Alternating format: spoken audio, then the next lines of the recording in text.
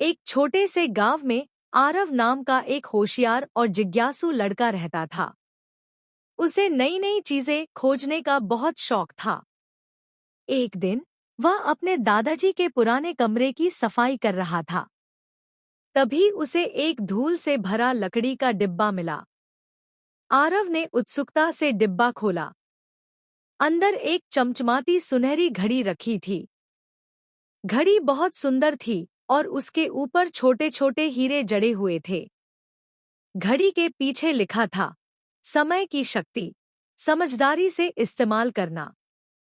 आरव ने जैसे ही घड़ी को हाथ में लिया, अचानक कमरा चमकने लगा। घड़ी से एक मधुर आवाज आई, मैं जादुई घड़ी हूँ। मैं तुम्हें समय में आगे या पीछे ले जा सकती हूँ। लेकिन याद रखना, हर यात्रा सोच समझ कर करना। आरव पहले तो डर गया, लेकिन फिर उसकी खुशी का ठिकाना नहीं रहा। उसने सोचा, क्यों न मैं कल की परीक्षा के सवाल देख आऊं। उसने घड़ी का बटन दबाया और अगले दिन पहुंच गया। वहां उसने देखा कि परीक्षा में कौन कौन से प्रश्न आने वाले हैं। वह तुरंत वापस आ गया। अगले दिन परीक्षा में उसने सारे प्रश्नों के सही उत्तर दिए। उसकी बहुत तारीफ हुई। अब आरव रोज घड़ी का इस्तेमाल करने लगा। कभी वह भविष्य में जाकर क्रिकेट मैच का परिणाम देख आता, तो कभी अपने दोस्तों के साथ होने वाली घटनाओं को पहले से जान लेता।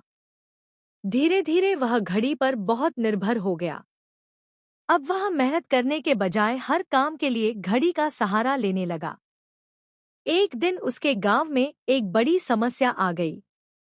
गांव के पास बहने वाली नदी का पुल टूटने वाला था। अगर पुल टूट जाता तो गांव वालों को बहुत परेशानी होती। आरव ने सोचा, मैं भविष्य में जाकर देखता हूं कि क्या होगा। वह घड़ी की मदद से 2 दिन आगे गया। वहां उसने देखा कि पुल टूट चुका था और गांव वाले बहुत परेशान थे।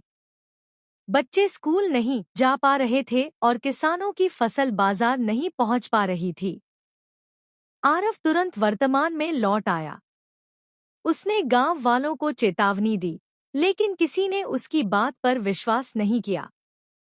तब उसने अपने दोस्तों के साथ मिलकर पुल की जांच की। सचमुच पुल कमजोर हो चुका था। गांव वालों ने तुरंत उसकी मरम्मत शुरू कर दी। कुछ ही घंटों में पुल सुरक्षित हो गया। सभी ने आरव की समझदारी की प्रशंसा की। उस रात जादुई घड़ी फिर चमकने लगी। उसने कहा, तुमने पहली बार अपने स्वार्थ के लिए नहीं, बल्कि दूसरों की मदद के लिए मेरा उपयोग किया है। आर